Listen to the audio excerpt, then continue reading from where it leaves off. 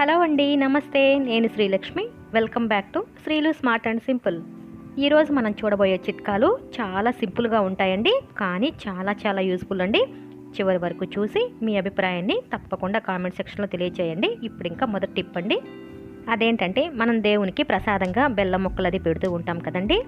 ముఖ్యంగా వినాయకునికి అయితే ఒక అరటిపండు కానీ, అది లేకపోతే ఖచ్చితంగా ఒక చిన్న బెల్లం ముక్క అయినా పెడతాం కదా.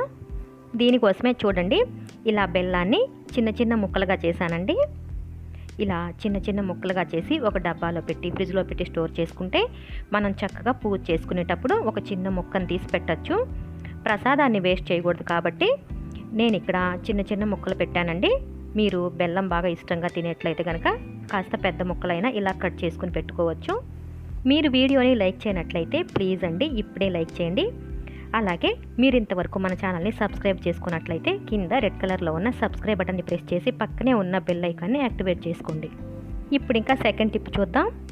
అదేంటంటే, మన ఇంట్లో అప్పుడప్పుడు ఇలాంటి కొసలు, ప్లాస్టిక్ వైర్లు దేనికో దానికి ఏదన్నా మనం కొన్నప్పుడు అది వస్తూ ఉంటాయండి. అలాగే ఈ సన్నటి దారాలు అయితే మనం బియ్యం అది తెచ్చుకున్నప్పుడు ఆ బియ్యం గోతాలకి ఇలాంటి దారాలు అది వస్తూ ఉంటాయండి. ఈ దారాలు చాలా గట్టిగా ఉంటాయి. ఇవి అవసరం ఉండదు కదా అని మనం ఎప్పటికప్పుడే పడేస్తూ ఉంటామండి. కానీ వీటితో చాలా అవసరాలు ఉంటాయండి. మనం పండుగలప్పుడు గుమ్మాలకి తోరణాలు కట్టుకోవాలంటే, మామిడి తోరణాలు కట్టుకోవడానికి అప్పటికప్పుడు మనకి దారాలు అనేవి దొరకవండి. అలాగే గుమ్మానికి పూలు కట్టుకోవాలనుకున్నప్పుడు ఈ దారాలు చాలా యూజ్ అవుతాయి. అంతేకాదండి, ఇలా చీపుర్లు కూడా అప్పుడప్పుడు లూజ్ అయినప్పుడు కట్టుకోవడానికి కూడా మనకు తాళ్ళు అవసరం అవుతాయి. అందుకే ఇలా వచ్చిన దారాలన్నీ కూడా ఇలా ఒక డబ్బాలో వేసి పెట్టుకోండి. చిన్నవే కదా అని ఒక్కొక్కసారి మనం పడేస్తూ ఉంటాం, కానీ వీటితో కూడా చాలా అవసరాలు ఉంటాయండి. ఇప్పుడు థర్డ్ టిప్ అండి. మనం కిచెన్లో వంట చేసేటప్పుడు ఇలా ఆనియన్స్ కట్ చేస్తాం కదండి. ఆ కట్ చేసినప్పుడు దానిలోని ఘాటు వాసన చేతులకి అలాగే పట్టి ఉంటుందండి. మనం నార్మల్ వాటర్తో క్లీన్ చేసుకున్న పోదు. ఈ చేతులతోనే మనం వేసుకున్న బట్టలను పట్టుకున్నామంటే ఆ బట్టలు కూడా ఇలాగే స్మెల్ వస్తాయి. ఇంకా పిల్లలకి అన్నం తినిపించేటప్పుడు కూడా చేతులు ఇలా స్మెల్ వస్తూ ఉంటే పిల్లలు అన్నం తినరండి. దానికోసమే చూడండి, కొద్దిగా పేస్ట్ వేసుకొని ఇలా చేతుల్ని బాగా ఇలా రబ్ చేసి శుభ్రంగా కడిగామంటే చేతుల్లోని ఘాటు వాసన అంతా పోతుందండి. ఇంకా నాన్ వెజ్ అది క్లీన్ చేసినప్పుడు కూడా ఇలాగే పేస్ట్తో కనుక చేతులు కడుక్కున్నారంటే నీచు వాసన అనేది అస్సలు ఉండదు. ఇప్పుడు మనం ఫోర్త్ టిప్ చూద్దామండి. మనం ఇలా దారాలన్నీ కూడా ఒక డబ్బాలో వేసామంటే అవి చూడండి ఒకదానికి ఒకటి ఇలా దారాలన్నీ చుట్టుకుని దారం అనేది వేస్ట్ అవుతుందండి. మనం తీయాలన్నా కూడా రాదు.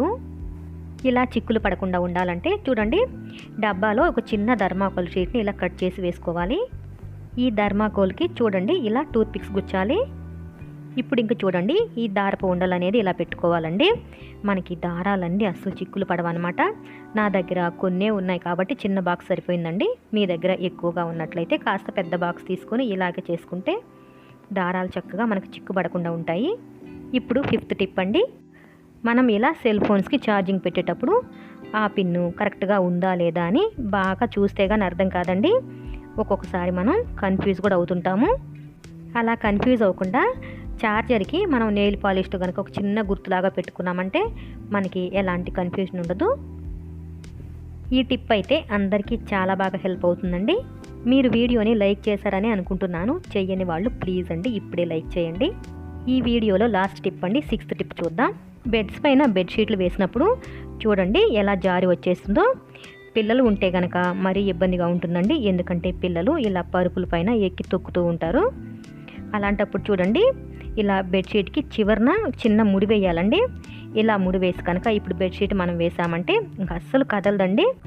మీరు చూసినట్లయితే నేను బెడ్షీట్ని లాగుతున్నానండి, అయినా సరే బెడ్షీట్ అనేది కదలట్లేదు.